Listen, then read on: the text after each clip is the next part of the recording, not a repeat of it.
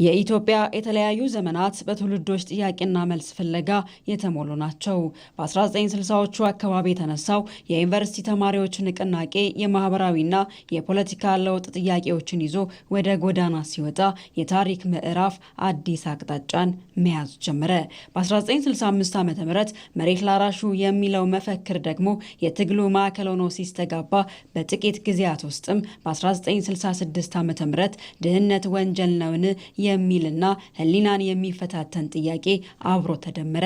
እነዚህ የመጀመሪያዎቹ የመሬት የትምህርትና የማህበራዊ ፍትህ ጥያቄዎች በጊዜ ሂደት እየሰፉ በመሄድ የመንግስት አስተዳደር የፖለቲካ ስርዓትና የሀገር አወቃቀር ጥያቄዎችንም አካተቱ። ሆኖም የሰለጠነ የውይይት መድረክ ባለመኖሩና ያለመደማመጥ ባህል የበላይነቱን በመያዙ የሀሳብ ፍልሚያዎች ከጠረጴዛ ዙሪያ ወጥተው ወደ መራራ የትጥቅ ትግልና አጥፊ ግጭቶች ተሸጋገሩ። ዛሬ ግን ያ የታሪክ መስመር እየተቀየረ ይገኛል።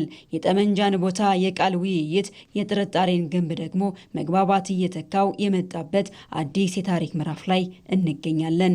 ይህ ሂደት ከትላንት የታሪክ ቁስሎች በመውጣት ነገን በጋራ ለመገንባት የሚያስችል የሰላም ድልድይ ሲሆን በጊዜ ሂደት የተበታተኑ የታሪክና የፖለቲካ ድርና ማጎችን መልሶ በመሸመን ጠንካራ ሀገራዊ አንድነትን ለመፍጠር የተዘረጋ ተስፋ ሰጪ መንገድ ሆኗል።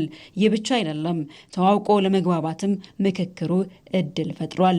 ይህ ደግሞ የነገዋን ሀገር ማጽኛ አንደኛው መንገድ ነው። ይሄ ለመጀመሪያ ጊዜ ነው እንደዚህ ብዙ ህዝቦች ተገናኝተው አንድ ላይ ሆነው አውርቶ ተወያይተው አያውቁም ነበረ። ይሄኛው ግን የመጀመሪያ ስለሆነ አዲስ ሆኖብናል። ከጅምሮ ብንመለከት የዛሬ 4 ዓመት ነው የተጀመረው። እስካሁን ድረስ በሂደት ውስጥ ነው ያለው። ወደፊትም ደግሞ ይሄ ሂደት ይቀጥላል።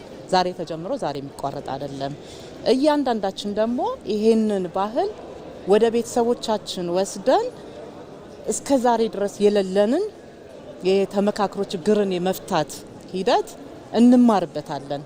እኔ በበኩሌ ብዙ ነገር ተምሬያለሁ። ምክክሩ ሀገርን ማወቂያ ሁለተኛው መነጽር ነው።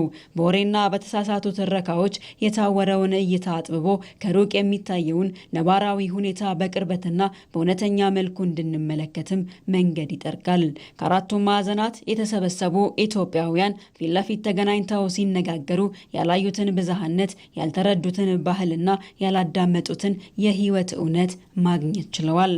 አዲስ የትውውቅ ብርሃን ፈንጥቆ ልዩነቶች መኖራቸው እንደ ጥፋት ሳይሆን እንደ ሀብት መቆጠር የሚጀምሩትም ያሉ ልዩነቶች እንዳሉ የሚያስተሳስሩን የጋራ ታሪኮች፣ እሴቶችና የወደፊት ህልሞች በግልጽ መታየት ሲጀምሩ ነው። ይህ የቃላትና የሀሳብ ልውውጥ ግን የልብ እፎይታ ብቻ ሆኖ አይቀርም። ውጤቱ ወደ ሀገር ህልውናም የሚተረጎም ይሆናል። እኔ አሁን የኢትዮጵያን መጀመሪያ ላይ የኢትዮጵያን ችግሮችን በወጉ እንዲረዳ አድርጎኛል። በግል ኢትዮጵያ ምን ውስጥ ነው ያለችው? ምን ችግር አለባት? ምን ስብራቶች አሉባት? የሚለውና ኢትዮጵያውያን ስለ ኢትዮጵያ ምንድን ነው የሚሉት ለመጀመሪያ ጊዜ ታሪካዊ የሆነ የምክክር መድረክ እንደሚያካሂድ አካል መጀመሪያ ኢትዮጵያን ነው የተረዳ። እንግዲህ ብዙ ያላዩት አይቻለሁ። ተጨማሪ ዕውቀቶችን አግኝቻለሁ። መግባባቶች ብዙ ቋንቋዎች አሉ፣ ብዙ ባህሎች አሉ፣ ብዙ አተርፊያል። በምክክሩ የግጭቶችን ስር መሰረት በጥበብና በሰከነ ውይይት መፍታት ሲቻል የጦርነትና የኃይል አማራጮች ቦታቸውን ለሰላማዊ ውይይት ይለቃሉ። የፖለቲካ ባህላችንም ከመነቃቀፍና ከጽንፈኝነት ወጥቶ ወደ ተመካካሪነትና ውይይት ይሸጋግራል። ዛሬም በኢትዮጵያ የሚደረገው የሀገራዊ ምክክር ሂደት በብዙ እንዲያተርፉ እያደረጋቸው ይገኛል። እናም የኢትዮጵያ ሀገራዊ ምክክር የፖለቲካ መድረክ አይደለም። ከትላንት ቁስል ወጥተን ዛሬን ተደማምጠን ነገን በጋራ የምንገነባበት የሰላምና የዲሞክራሲ ድልድያችን ነው።